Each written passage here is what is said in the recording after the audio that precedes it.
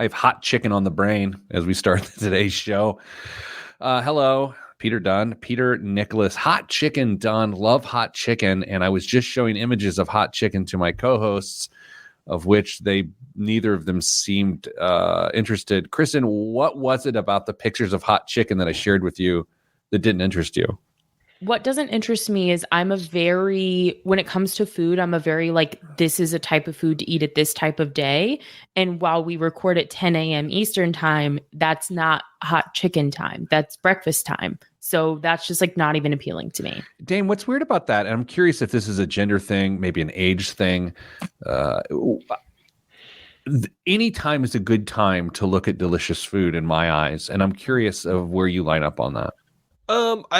I would generally fall in line with that. I also believe there are some foods that are universal that you can eat any time of the day. Bacon. And Kristen, bacon, absolutely. Yep. I would argue pizza can be eaten at any time of the day. Right. Fair. But not hot chicken. Guys, speaking of fitness, hot chicken in your mouth. Our treadmill broke about 2 weeks ago. Did I tell you about this? No. And you're thinking, clearly, Pete, you've been looking a little fluffy. I don't think you've been on the tread. It broke the belt. We've had it for several years. The belt just broke. And so now you've got this with no tread. So I ordered a replacement belt. And last night I set about, I should say, to repair it. Now I'm a fitness machine repairman. Got a YouTube video up. There we go. I'm repairing it. It took about 90 minutes.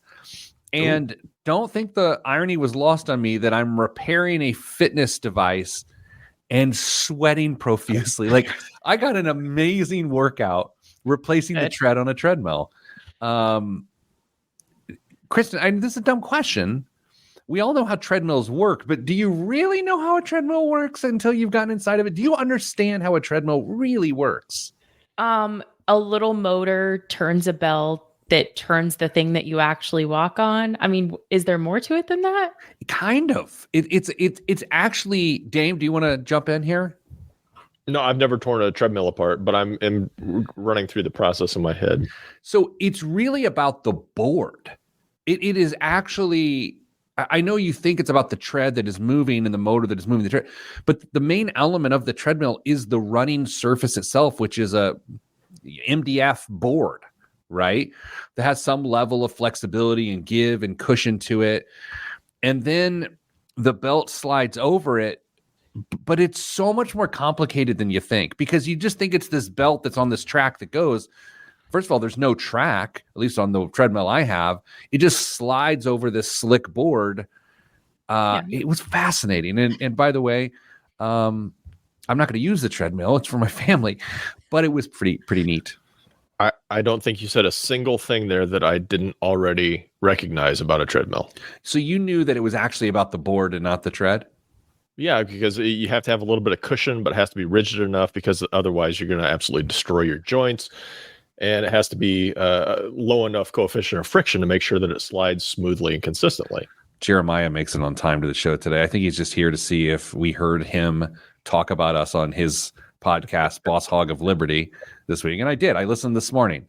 I listened for the prescribed 10 minutes that I recommended to people. I had to fast forward until I heard you talk about us. And I will have to say, there was something conspicuously absent in your discussion of our show, Jeremiah. Yeah, Jeremiah. Yeah, there's something conspicuously absent. Don't do that. Kristen Elanius. That is, I heard I wasn't mentioned, Jeremiah, and that kind of hurts my feelings. I'm not going to lie. Yeah, it was just Peter and Damien and some gal. That lady. A lady. Okay, it's okay. Don't feel bad. What's going on, Dame? You having a good week? Yeah, this week's flown by. Yes. We had our first snow days for the kids. We got another one today. Pete, can we talk for a minute? Do you think schools are getting softer today as far as delays and cancellations go? Because we got a cancellation on weather that they think is going to happen later today. Do you think it's about the litigious society we live in, or what do you think it's like out of an abundance of caution? I don't think abundance of caution existed 20 years ago. No, There was just caution, but never an abundance. No, it's probably a combination of litigious society and technology that now allows people to feel like they are still properly educating the youth for the future. Something's happening in my life that I want to share with you all. I may end up in Orlando in the middle of April at a 4-day world cheer competition. Oh. And I don't feel good about it, but I love my young lady so much. You know what I mean? That's... I would love to strap a GoPro to your forehead for that 4 days and just have a running commentary of everything you're experiencing. I was telling coworker Molly this morning about this, and she goes, "Oh, and to be in Orlando and have to be inside." And I was like, "Wait, that's the best part. That's the best part. It's not being outside for any time for a ginger." I think I'm a cheer dad now. Yeah. I don't think you are. I know you are. Oh boy. Holiday company party tonight. Mm-hmm. Oh, yeah, the company holiday party is tonight. Did my invitation get lost in the mail? No, everyone. You're in HQ1. You were invited. I'm teasing, Kristen. I was hoping you were going to jump in there and say, "Yeah, I didn't get one either." Nah. You're just choosing not to come out of an abundance of caution at the road. Caution. Yeah, I knew 3 weeks ago that it was going to be nasty tonight. Hey, Andy, did you get your mug? We sent your mug. We sent one to Rick. We sent one to Danza. Had to send one to someone. There's Jeremy, non-pilot Jeremy. Non-pilot Jeremy. Andy, did you get your mug? I just got to know if you got your mug. Hello, Caitlin. All right. Oh no, it hasn't arrived yet. Oh, I saw it go out on Monday here from our offices, so it might have gone out Tuesday. I don't know. You'll get it. It's coming. Our hope, and I say this out of respect, Andy, and like just for the comedic aspect of it,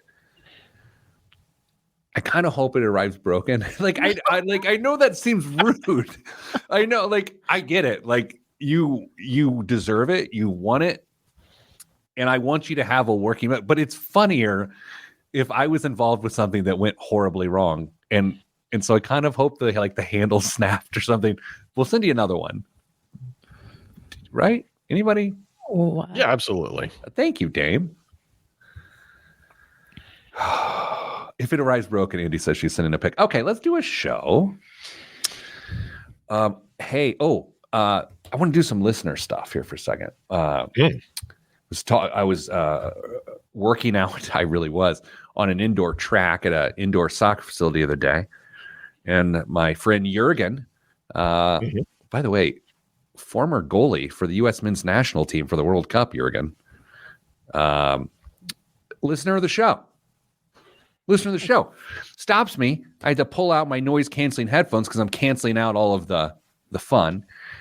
And he was like, 14%? You think the market's going to do 14%? So Jurgen, and I think Jurgen said his family listens to the show. So Jurgen, thank you for listening to the show. Also, go ahead. How much would we have to collect to allow Jurgen to rocket full speed shots at you in goal? Well, here's the thing. Jurgen was the goalie for the U.S. men's national team. Yeah, I know, but I'm sure he's still got a leg, and he probably kicked balls 3/4 of the way down the field. He could probably, put a little mustard on one. That's fair. How about this one? Hey, Pete, this was, I wrote an article about convenience, time and money and window exchange. But we'll get here for a second. Hey, Pete, this was a great article. I'm in my mid 50s and I concur that spending a bit of money is worth its weight in time. As a serial listener of the Pete the Planner podcast, I've always wanted to win the Listener of the Year award. Problem is, I don't have the time to join in the live stream every Friday. You see, I might be skiing, riding my bike, walking the dog, or just out having fun with my wife. Based on this article, I got an idea. So my question is this: how much? How do I buy one of those Listener of the Year awards? Or maybe how do I just buy the coffee cup? Bribey will get you everywhere, as my dad used to say when talking about how to get us kids to do stuff my parents didn't want to do. Time versus money. Of course, I say this in jest, and whoever is reading this, I hope I just made you smile in much the same way the podcast has made me smile hundreds of times. Keep up the good work, and thanks for all you do. Mike in Albuquerque, New Mexico. That is slightly an offensive email, I have to admit. He said we've only made him laugh hundreds of times. Oh. Maybe he just started listening. That's true. Hello, Jameson. Does Pete wear rec specs? No, I don't. Without glass, like sometimes when I'm not at work, you are a different person when you take your glasses off. I'm a completely different person. My daughter says I look like a thumb when I don't have glasses on. I just took them off and like, I don't know. Okay, let's do a show. I gotta go. I just remembered. We are okay. Here's the special thing about today's show, everyone, podcast peoples. I have no idea what the topics are today. I usually find out in pre-show, like 5 minutes before. Today, I've specifically said, I don't want to know. So I don't know how I'm going to go from introing these radio segments to pointing to the right person to talk about what. We're going to figure it out. Kristen has gotten so much better at this that she's not vomiting on herself out of fear and anxiety. Dame is just watching me fail, which is sort of one of his favorite things to do in his adult life. And here we go. 3, 2, 1. This week on the Pete the Planner Show, we answer your money questions. Here's how the show works. You email us, askpete@PeteThePlanner.com. That's askpete@PeteThePlanner.com. And here's what happens. We turn it into a radio show. Yeah, that's right. We will answer your emails on the air. If you do not email us, we have no radio show. And that is not a threat. It's a promise. I don't know what that means. Joining me, as always, Kristen Elanius. Hello. Hello. Kristen works at Your Money Line. She solves people's financial problems for a living. Damian Dunn. Whoa. Damian Dunn joins us as well. Damian does the same thing. Hello, Dame. Good day. Dame and I are not related, and that's important as we make our way into our first segment. Dame, who is your least favorite relative? That is the first segment of the show. No, I'm just kidding. A lot of hot talk, hot goss, if you will, out there on hot. You know what hot goss is, Kristen? I don't think anyone knows what that is, Pete. Gossip. Like Sure. the hot gossip is called hot goss.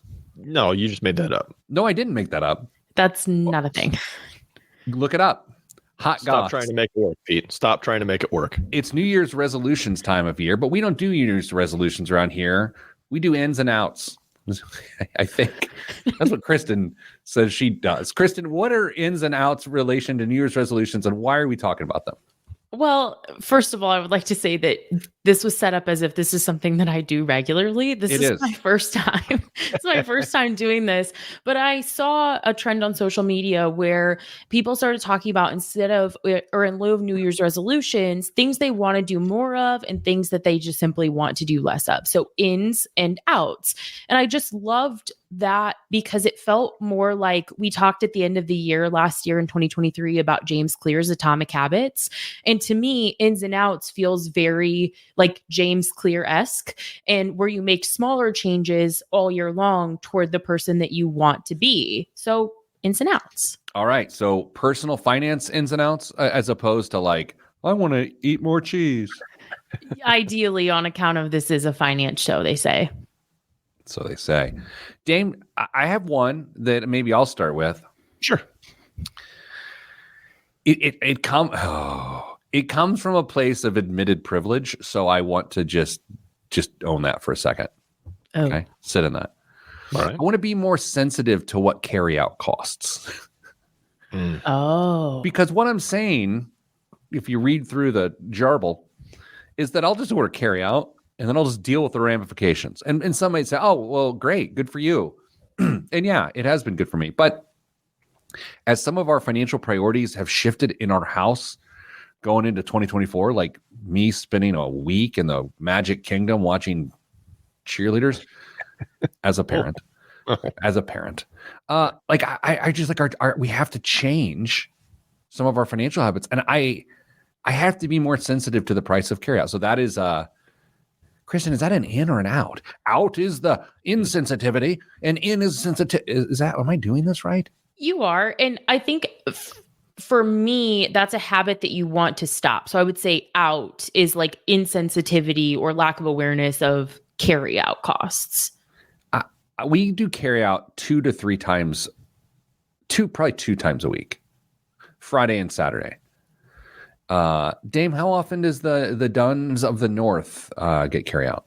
Way more frequently than you may think, because our schedule demands are that of a family that is on the move to chase kids around and do their activities, and there's a little bit of driving involved 6 days a week in that. So we usually try and get some good quality nutrition at home, but when you're making your way back and you don't want your kids to sit down and throw food in their face right before they go to bed, sometimes you have to get them something so it can digest a little bit. So it's probably 3 to 4 times a week. We're probably picking something up or just stopping by to grab something real quick.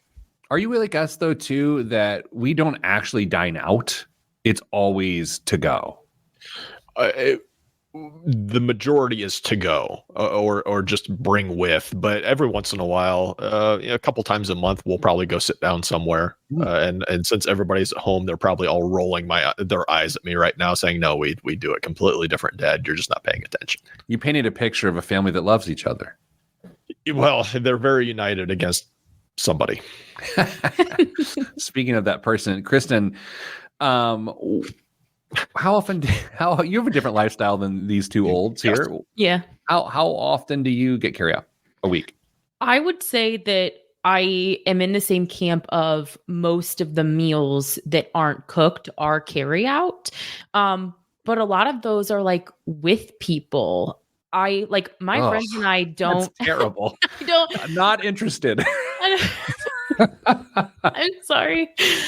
But like I will get carry out or be like, hey, ordering pizza, and like people will be at the house. So I feel like it's a little bit different, but similar quantity vibes. I would say for sure 3, maybe even 4, depending on how much people are around. So this is where the rubber hits the road, so to speak. We've got 2 teenagers. Ted is now at 11, going to be 12 here soon, eating like a man, right? Smells like a man too. Eats like a man. So our carryout is low end 50, normally 80 to 90 per carryout. And dude, that $150 a week, that's $600 a month easy in carryout. That doesn't even count like weekend lunches as you like grabbing a sandwich. Dame, where are you guys at?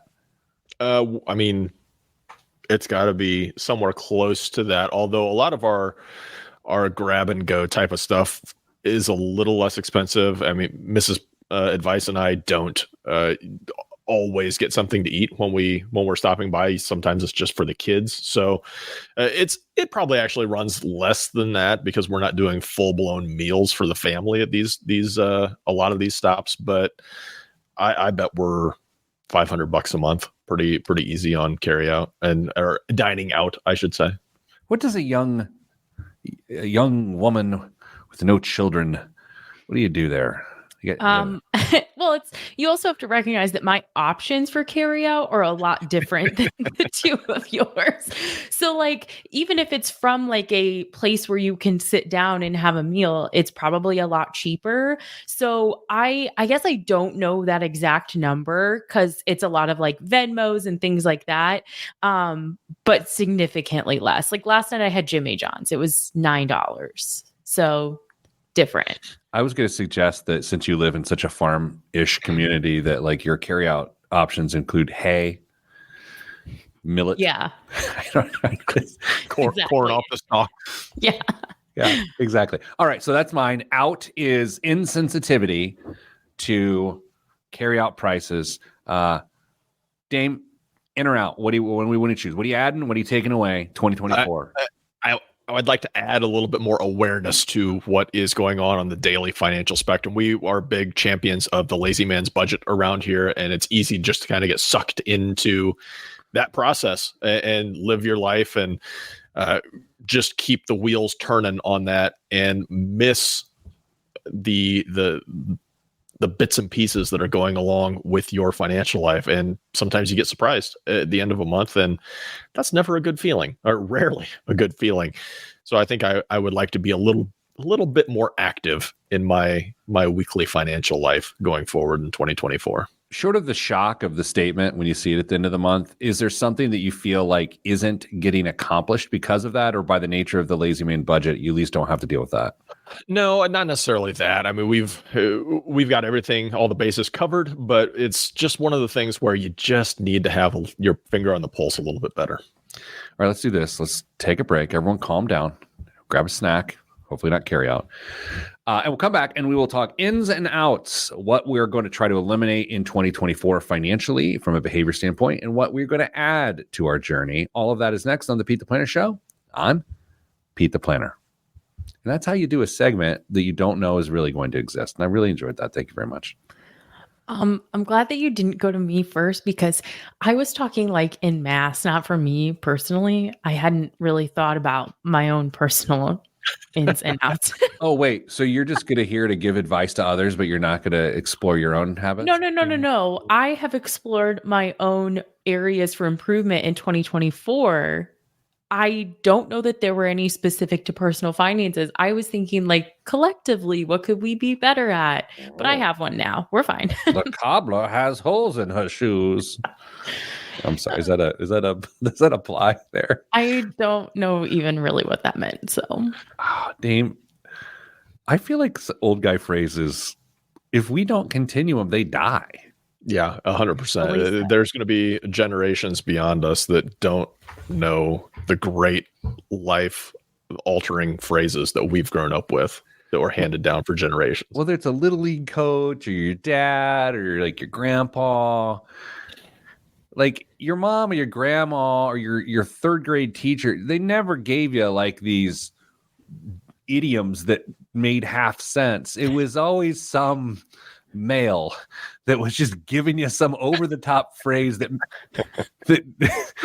you miss. Like I had a social studies teacher in high school, Howard Buckwalter. Is that the name of a social studies teacher, or is that the name of a social studies teacher? He was close to, I feel like I've talked about him on the show. He looked like the old man in Up. Yeah. Mm-hmm. Yeah. Okay. And I think I've shared before, he used to say something to like, if I offered you all extra credit, you'd jump on it quicker than a duck on a June bug. And I just remember thinking, and all of us were like 14, 15, and we're like, what? What's a June bug? Why is a duck jumping on a June bug? And why are you saying this, Mr. Buckwalter? And like those things are gone now. We don't have phrases like that anymore. Yeah, maybe we should create a bathroom reader full of sayings that we grew up with for people to continue to edify their lives with. Now all we have is grab your Stanley and hot goss. Mm-hmm. We have one. Right. I found it. Hot goss. That's not a thing.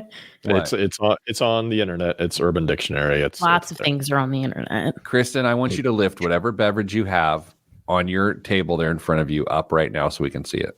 It's not a Stanley. Oh. It's a Yeti. Nice try, though. I have some coffee in a Contigo. Dame? Wait a minute. Wait a minute. Dame has a Stanley, doesn't he? Yeah. See? You do? Our family has an abundance of Stanleys. Wait. Do you drink out of a Stanley, out of a straw? Sure. He has on the show before. Oh, yeah. Why wouldn't I? It's a great vessel for drinking fluids. I don't know. I just like, I don't want to get this into like a gender thing, because then I'm just like this old cantankerous guy. But like, I don't know. I just like, you drink out of a straw, Dame? So interesting that you bring this up. At restaurants, absolutely not. I don't drink out of straws. It's just there's a glass there for a reason. I will drink out of the glass. But if there's a straw in like a to-go cup, I will use it. But if they're in a thermos or something like that, then yeah, I don't have much of a choice. Unless I can get a lid that replaces that, then I would absolutely be down for that. But if it's got a lid attached to it and with a straw in it, I'll use it. So you do primarily just like social and like private sucking, because if you're in public, you're gonna pour. Yeah, I mean, there's absolutely no way to look intimidating while you're sucking out of a straw. And Chris brings up an amazing point that actually occurred to me as you were saying this. You most definitely should drink out of a straw at a restaurant based on, I would argue, Chris's argument is the cleanliness of the container itself, the vessel. If you feel like you need to drink out of a straw at a restaurant, why are you eating there in the first place? That's why we only get carry out. All right. 3, 2, 1. Back on the Pete the Planner show, talking ins and outs. And no, In-N-Out Burger is not coming to Central Indiana. Although if it was, Dame and I would take a double fries animal style. Yes. What habits are you leaving behind back in 2023? And which ones are you recommitting to or finding anew in 2024? The author of this seminal work is none other than Kristen, creator of the in and out concept of goal setting. Kristen, in your personal finances, as you dig through them deeply and think about them here in 2024, talk to me in specifics, probably 5 things that you're going out with and 5 that are in 2024. Go ahead. The mic is yours. You know that I have a list prepared. Absolutely. In a moment of vulnerability, because I know that this is wrong, my out for 2024. Don't feel judged by whatever reaction I have in about 6 seconds. It's not that big of a deal, but as a personal finance expert, I feel some type of way about admitting it out loud. The out is caring about my credit score. What? Why? Pause. It's not that I put like pressure on it. Like I'm like, oh, I need to do this to increase it. But like, I still don't have a healthy relationship with looking at the FICO score that comes with my credit card statement and like looking at where it's at, where it's been, which I know is silly. I tell people all day, every day, once you get to a good score, just like don't care. It's a privilege, first of all, to not care about your credit score. But that's the goal, is to get to a place where we don't care. And even though I'm in that place, I still find myself thinking about my credit score for literally no good reason. I don't want to judge anybody. I mean, and maybe here's the other thing Dame and I have to do in the conversations with you. Dame and I, when we were your age, Kristen, we were not as smart as you are at your age. Like, Dame, that's rude. I'll speak for myself. I'm still a dumb man, but I was a much dumber man when I was your age. Dame, do you want to weigh in? We were absolutely signing up for credit cards to get a T-shirt and a 2-liter Mountain Dew. Yeah, and we were drinking them in a Stanley with a straw. But Dame, I just don't give a rip about my credit score. Now I'm glad it's high, but I also don't care. Right? How is that? How you feel?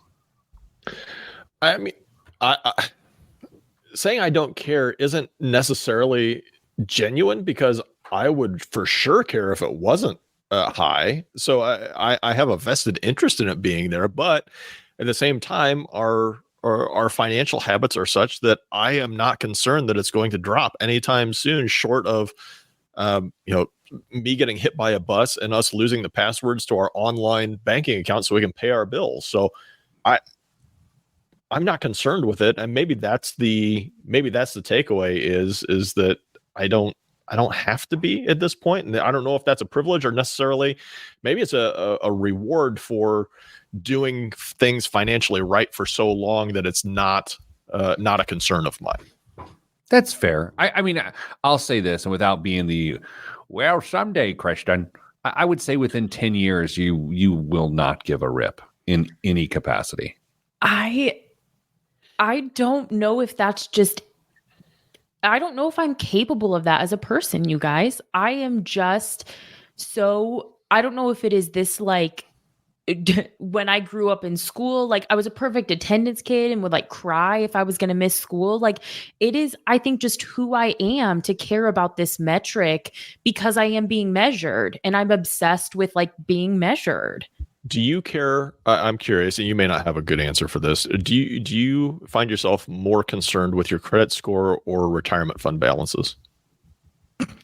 ¿Por qué no los dos? Why not both? I check, you guys, I log into my Betterment every day. I don't, and maybe all of it, maybe I need to take a step back in 2024 from looking at those things with the frequency that I do, because everything is fine and I know everything's fine, but the relationship there is not good. So how is your day impacted when you log into your Betterment account after a week that we've just had, the last 5-ish days? I mean, does it make a tangible impact on your mood or your behavior when you see your account drop by the thousands of dollars? No. So why do you check? I don't know.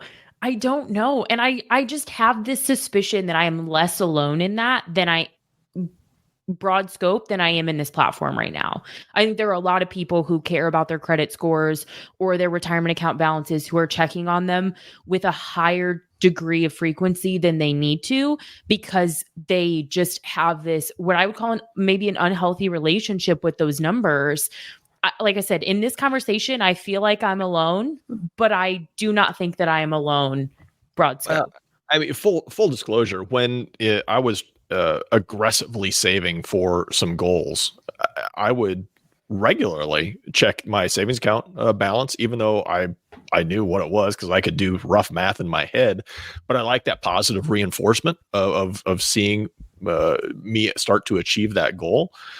So I understand checking account balances, but maybe there's something more there as far as seeing numbers and just trying to make sure that you're measuring up to some goal. So Kristen, is the out to stop caring so much about your credit score?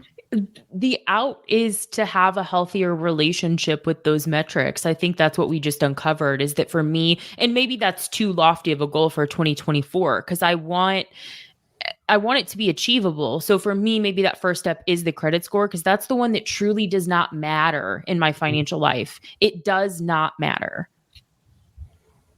Dame, do you want to, you gave us that you're going to be more sensitive sort of at the end of the break, more sensitive to everyday spending.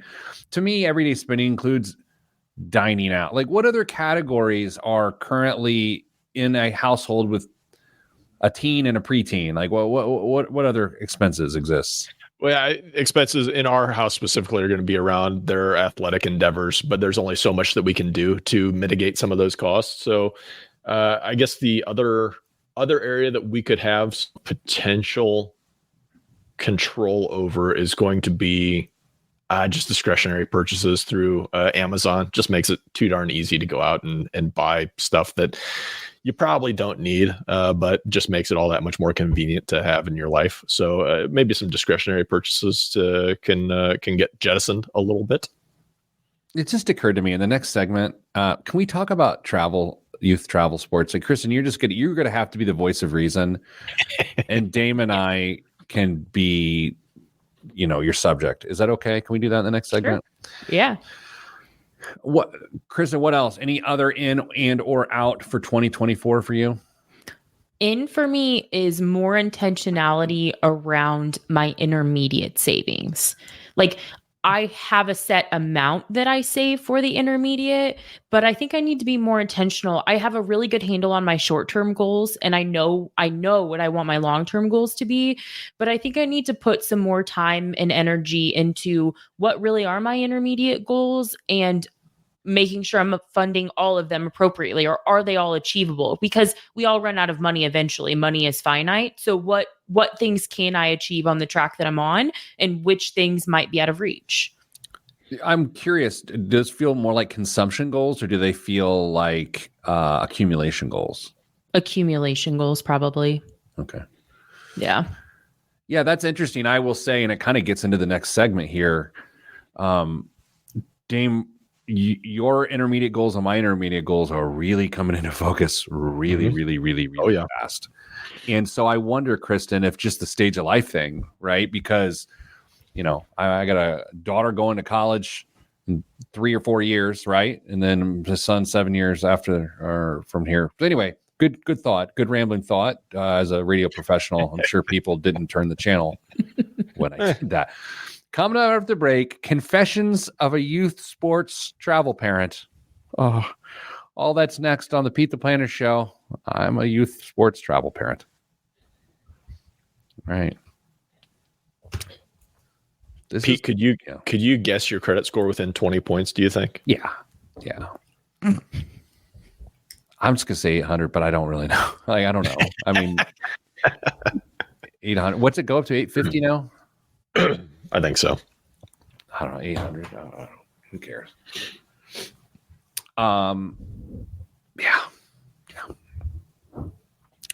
All right. So the where this segment is going, I found myself in a conversation last night saying a phrase that I never thought I would say, and I've judged others for in the past. And so, Kristen, I'm just going to present this idea to you. Dame, you can take any perspective or role you want to feel like you need to take in this conversation. But are you doing this in the break, or you want to do this on the air? No, I'm doing it on the air. I'm just setting it up. We're doing it in like 5 seconds here. I just 3, 2, 1. Back on the Pete the Planner Show. So years ago, I believe it was in USA Today, I wrote a column about youth travel sports. Actually, yeah, it might have been. No one knows. It could have been on a blog called PeteThePlanner.com. The newly redesigned PeteThePlanner.com. Oh, yeah. Yeah. Have you been? Yes. It looks great. Shout out to Forrest on our marketing team for doing that. You guys are both on it, looking good. Forrest calls those our rock band headshots, I think is what he told me. And I love that. They look great. I haven't heard him say that. I like it. So I wrote this hot take about why youth travel sports is financially bad for a lot of people.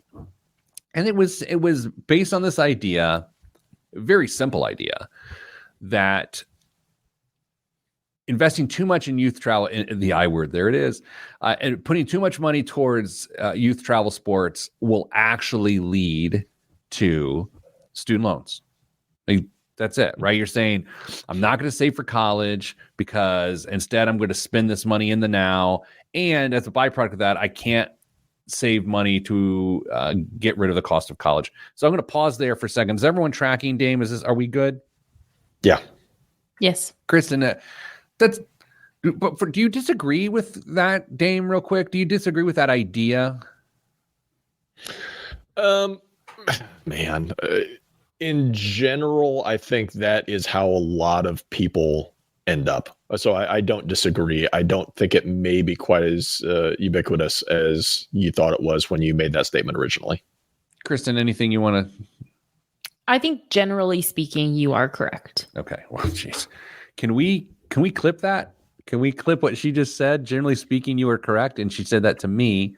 That will go on my LinkedIn page. Can't wait to delete the LinkedIn page.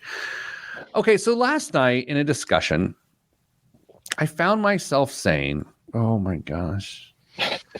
I'm scared.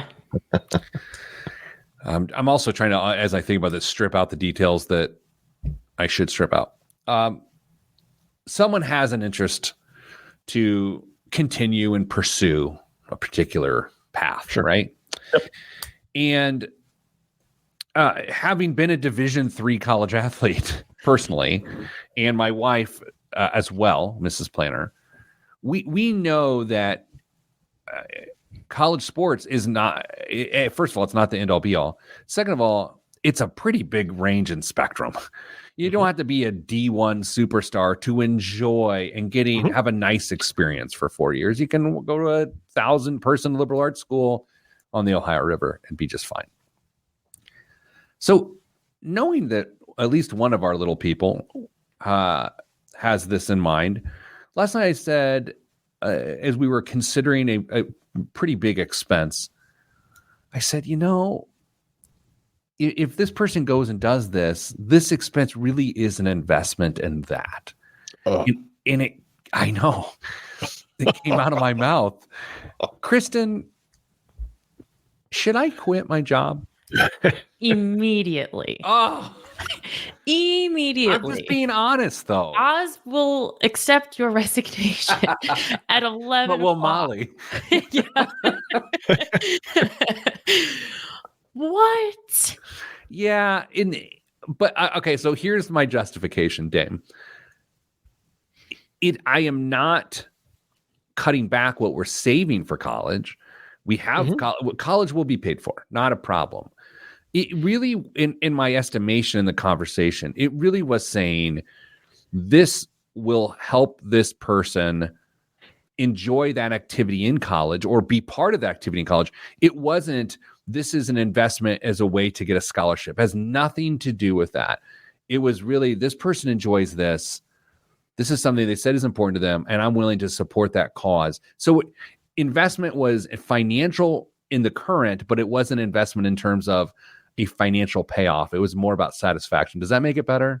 Yes, because that's the entire point of having that mind space or that perspective is, if I'm investing in my child to build this skill or to do this event or sport or whatever it is, I'm still willing to do it and not expect to have any financial benefit once they reach college. If I am still willing to pay that money for that with that parameter around it, call it whatever the heck you want, but I have to know that I'm doing that, not expecting there to be a big payoff once they matriculate to whatever university they're going to go to. And Kristen, this is where I get stuck. And I'm just, sometimes I overshare, but I'd rather seem realistic. The reason I feel like I can entertain these thoughts and battle with it is because we're in the financial position to both pay for college and, I don't want to say write a blank check for youth travel sports, but spend rather aggressively. And so that is unrealistic in terms of what most people deal with, but it is also my reality. So that's how I have to make decisions. And I don't, my question to you is not, am I a raging hypocrite? It's, is there anything wrong with the thinking here? And I want you to be honest. I don't think that there's anything wrong with ultimately how you're going about that decision, but the danger for me is in the word investment, because what Dame said, I think is key. Dame said that he basically used the same phrasing that we use when we're talking about loaning money to family.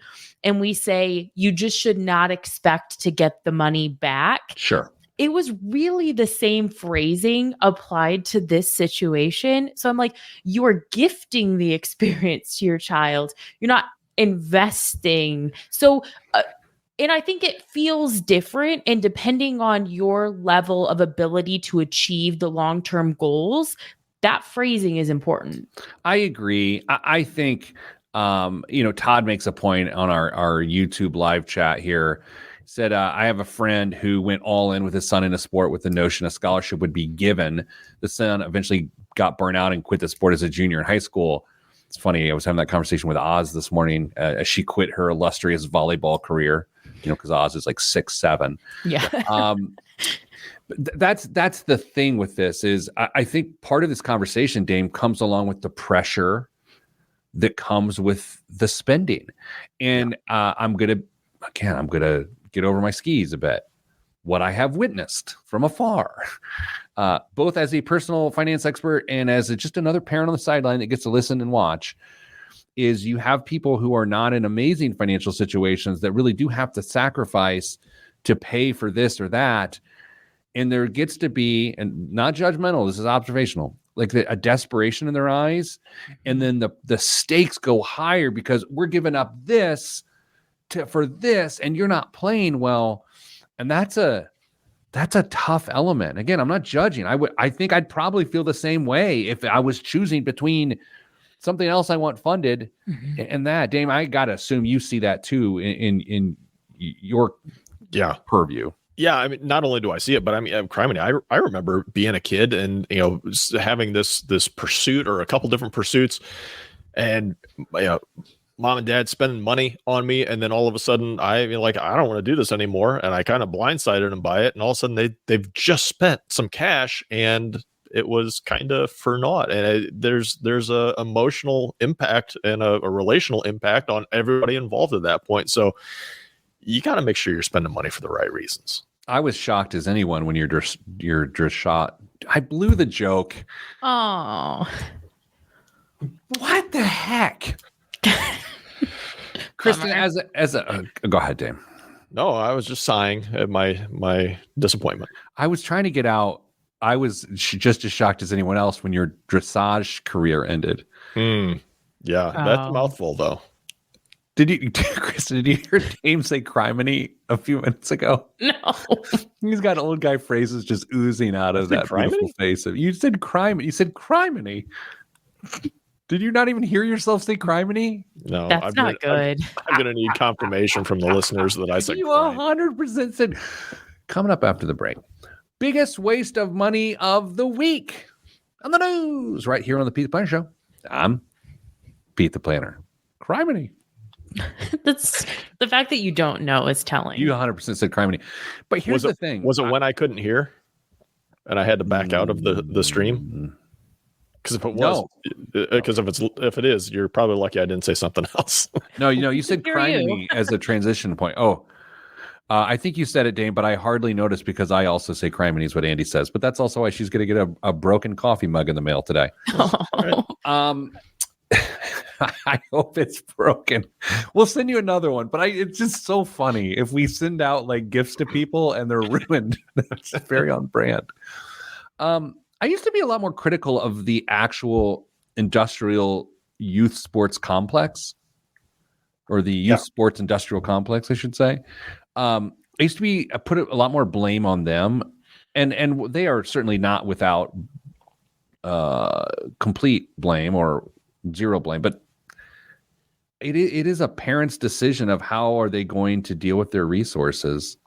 I don't know. When I said the I word last night, my face went white. It was one of the first podcasts I listened to. Yours was with you, and was it Travis Dortch? Oh my gosh. Travis Dortch, former Purdue University punter, who then went to punt for the Cincinnati Bengals. Then I believe went out to Idaho, like University of Idaho. Let's look it up. Went to study youth sports psychology. All right, so let's look him up. Travis Dortch, Utah State. There he is. Wow. Yeah. He's doing TEDx talks. Dr. Travis Dortch to you, Dame. Oh, my mistake. Wow. I'll put some more respect on that next time. You know what? Yeah, he is Human Development and Family Studies founding director at Utah State University. Should we have him back on the show? Sounds like it. Man, he's got good hair. Kristen can get him one of the Purdue football helmets to sign for my basement. For your basement. I saw a picture of your basement. That sounds so creepy. A little bit, yeah. Wow. But I think you sent it. So I did send it, and you're committed now. You saw the picture. It looks really cool. Doesn't it look really good? It really does. Looks great. Thank you. Oh, wait. We did a segment on what brand of containing are you drinking? Oh, what brand of container are you drinking out today? Do we get a what's in Damien's pocket today segment? Yes. Kristen, can we guess Damien's? What do you have in your hand? A flashlight and a pocket knife. Why are they already out of your pocket? Because I saw the comment and I figured you were going to read it, so I prepared. Wait, can we see him again? Hold him up. Oh, hold on. I want to go full. It's a flat flashlight. Hold on. I want to go full screen for the people that care. Okay. So on the orange thing is what? That is a flashlight? It's a flashlight. It's a 3-mode flashlight. It's got don't shine my eyes. It's got a UV light so that when you are in hotel rooms, you can check to see what's around there. Time out. I know you're going to go with the restaurant now. It was just the one that I thought you might be most interested. Wait, I just kicked Dame out. I didn't mean to do that. Sorry, Dame, you're back. I just accidentally kicked you out. Why would you look at sheets in a hotel room with the UV, whatever light that is? Because then you got to leave the hotel room because everyone's filthy. That's fun. It's fun. And then I've got a laser on there as well. Don't. which I won't because I'll blind Thank you. half of the people watching. Green And or then red? green, and then I can see it like at least 200 yards away, and then just a flashlight, multi-mode flashlight on that. So that's a lot. Do you say multi-mood? Mode. I heard mood, and that's much more intriguing. Mode. Oh, and then the knife. The knife does have one blade that can kill a person. Just one, just one. But with all the Jiminy Christmas, with all the Krav Maga, do you even need it? The knife? Yeah, I can cut stuff. I mean, occasionally you got to open things, or you can't get into an Amazon box with your Krav Maga, then you have not gotten. Oh well, but then I destroy what's in the box too. Well, what are you ordering? More flashlights? Sometimes. Kristen, what's in your pockets right now? Nothing. Women carry nothing in their pockets. Women carry nothing in their pockets. All right, I'm going. I'll show you. Oh, ow. I about lost my ears here. Okay, hold on. How's soccer been going while you're digging there? I skipped my game last night. Okay. I've got my wallet. Okay. I've got a single key fob for my car. I've got my keys to the office on a single key ring. And I have your pucker up and kiss your money. Hello, Pete the Planner branded chapstick. That is a decade old, probably at this point. It is very old, but it still lubes me well. Vintage. I have vintage lube on these here lips.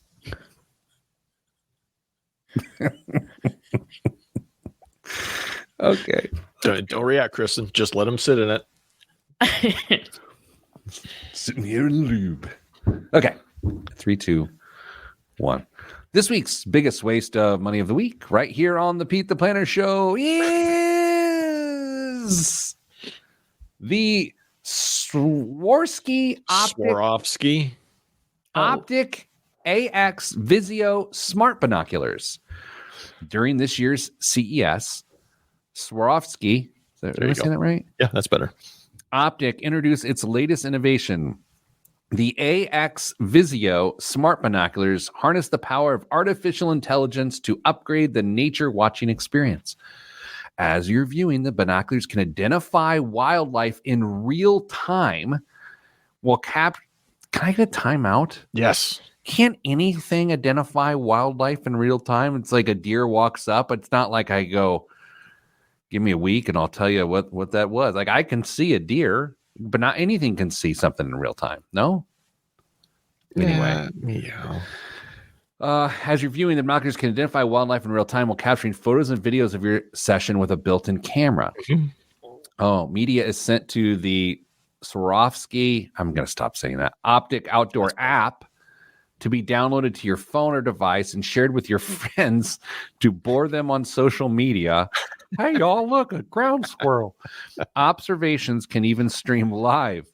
Mark Newsom, the industrial designer behind the AX, found inspiration in the brand's Habich series, taking a form follows function approach to create the ideal combination of simplicity, functionality, and ergonomics. These binoculars will be released on February 1st. Kristen. What? Did she win last week? I didn't win last week, but I thought 2024 was the year that I got to go second. Sorry, you weren't mentioned on the Boss Hog podcast, whatever that thing is. So, Kristen, what does this cost? This is going to be so bad. It's a smart device. It has an app. They are $350. $350. Damian Andrew Dunn, who you have a pair of binoculars from this manufacturer, do you not? No. They're Steiners, but they're very, very good. So this is to say you are the type of person who knows multiple brands of binoculars. Well, glass. I mean, because okay, yes, multiple, yes.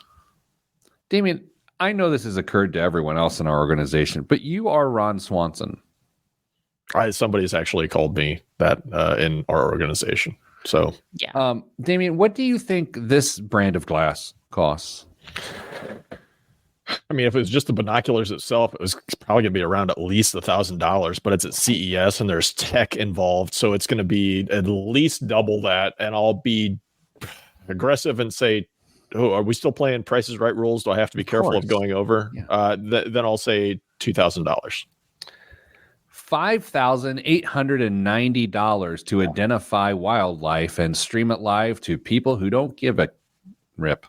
Yeah. Dame, what's in the news this week? Security and Exchange Commission officially approved spot Bitcoin ETFs this week.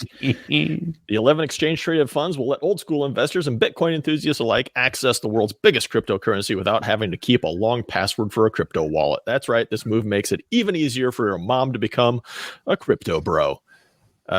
Now that it's real, what does that mean? Spot Bitcoin ETFs will make investing in crypto more accessible by providing investors with exposure to Bitcoin without them having to buy it themselves. Pete, there are some very creative tickers for these ETFs. Can I share a few of my favorites with you? Please do.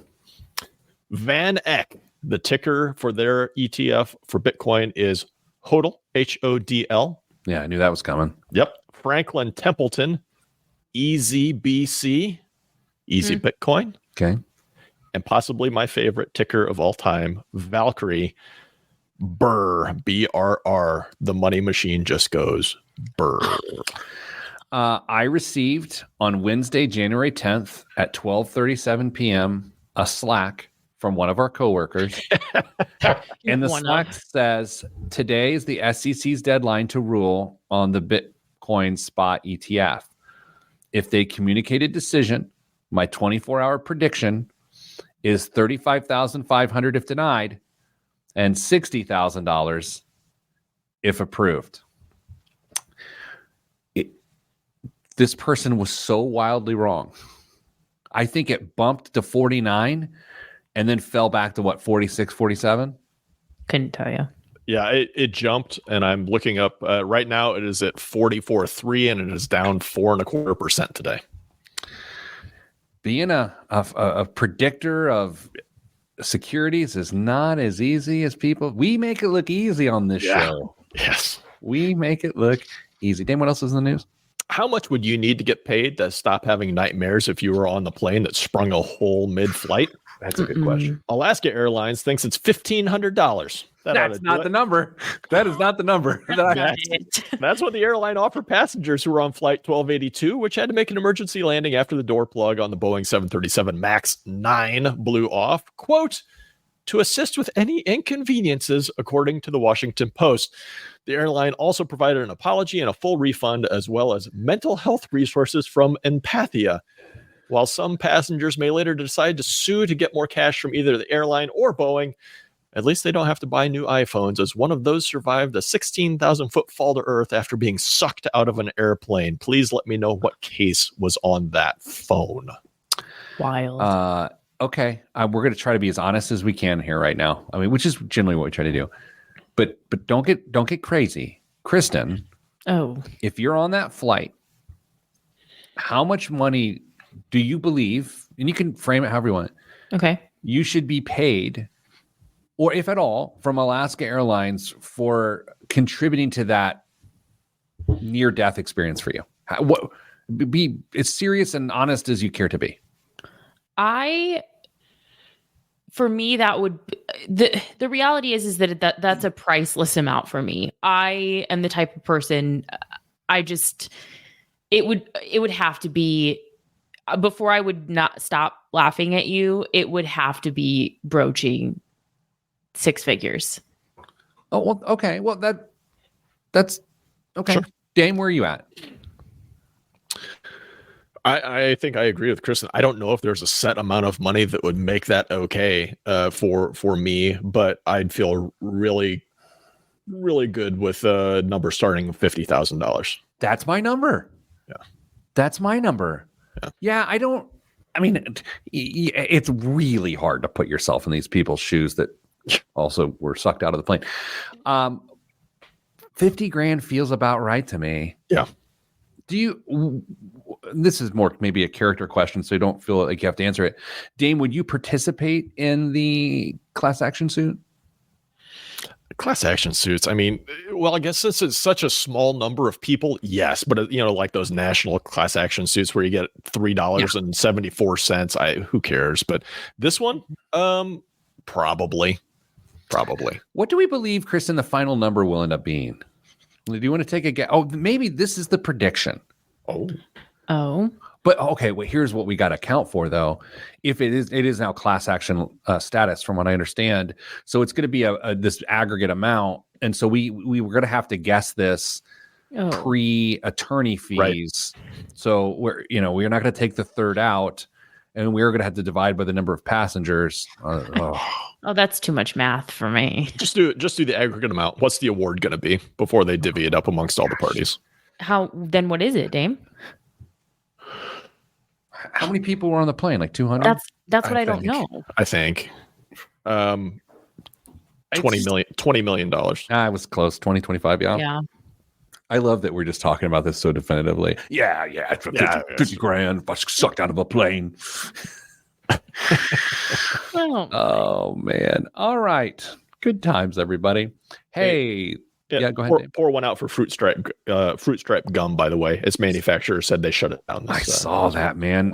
It's some of the best 5 seconds of your life. Yeah, can be had with a stick of fruit stripe gum. All right, that's it. Kristen, thanks for being part of the show. Dame, thanks for being part of the show. Everyone else, I'm sending you good vibes because good vibes are all that's in the budget. I'm Pete the Planner, and this is the Pete the Planner Show.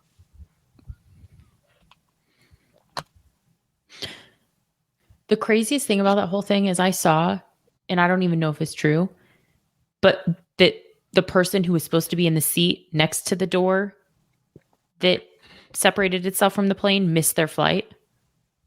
Really? See, I saw a picture and I thought the seat was still there, but like the cushion on the back got sucked out. Jeremy just said 50K is less than traveling to sports. So I'm like, oh boy. All right. So Andy, of course, because she's listener of the year, who's going to receive a broken coffee mug within hours, says 171 people are on the flight. Okay. So let's go times 50 grand and see what we come up with. That's $8.5 million in after attorney's fees. Okay. So we're going to have to then half divided by 0.33. Oh, that's not how that works. It's Friday. I'm out of math. I think we end up. I think we end up at 20 million. I think that's the number, Dame. I think it is too. Whatever it is just not. That's the hard thing. Is like the money does not fix the fact that, like Rick said, you'd never fly. I don't think I could ever fly again. Do we feel like ethically or morally that Alaska Airlines is obligated to pay people this? Or is this sort of like, this is what we can squeeze out of it? Like, do you feel like they have because I'm sure their ticket terms of service say they don't have to pay anyone anything for this. But is that under the assumption that like all the parts to the plane are going to make it to the airport with you? Like, because they didn't. Fair question. And negligence is never part of something like that. So the negligence is interesting because then it starts to go, and by the way, none of us at this point, well, I don't know what I'm talking about. Not at all. But doesn't it go over, like, because now Boeing's involved and Boeing's CEO is apologizing, right? Mm-hmm. So would Alaska Airlines even be making this payment, or would Boeing be making this payment? Well, I don't know whose responsibility is to make sure that those bolts are tightened. Yes, they should have been tight from the factory, but there's ongoing, maintenance requirements for each of those planes and airframes. So I don't know if they're supposed to get checked every so often, or whose responsibility that is. If only pilot Jeremy were on to help us through this conversation. We had green lasers. We've had doors being sucked off of planes. This is pilot Jeremy's segment thing. Where is he? Okay. Anybody got anything else? I do have a meeting I'm late for right now, so thank you for that. In honor of Fruit Stripe Gum, best candy that's not a candy bar. Ooh. Best candy that's not a candy bar. Not a big candy guy. Yeah. I'm not either. A toffee? Is toffee a candy bar? You're acting your age, man. Yeah. You got Werthers in your pockets too? You guys, the show is ending. Criminy. Okay. That's a little much. You said criminy. Whatever. Play the tape. Kristen, as you think about the age of your co-hosts, Yeah. and you think about who, like, what's that thing? What's your real age or what's your biological age? Yeah. Who is older? Dame? Oh, come on. What? I love how she didn't have to think about it for a minute. That's not a question. Who is older, Dame or me? Okay. There is a difference with the distinction. Dame is older, but you are aging more quickly because I feel like Dame was born. Dame was born an old man. Whereas like I feel like you are like coming into being an old man. Does that make sense? Old man moment of the week. Are you ready for this? Ben, his daughters are selling Girl Scout cookies. Mm-hmm. And so, as I would expect, and as I would hope, they film a little video, they put it within the company Slack channel and say, hey, buy some cookies. And I love that. I love that. It's great. And so within the message, Ben puts a link where you can put your cookie order, you can pay them and do all of this.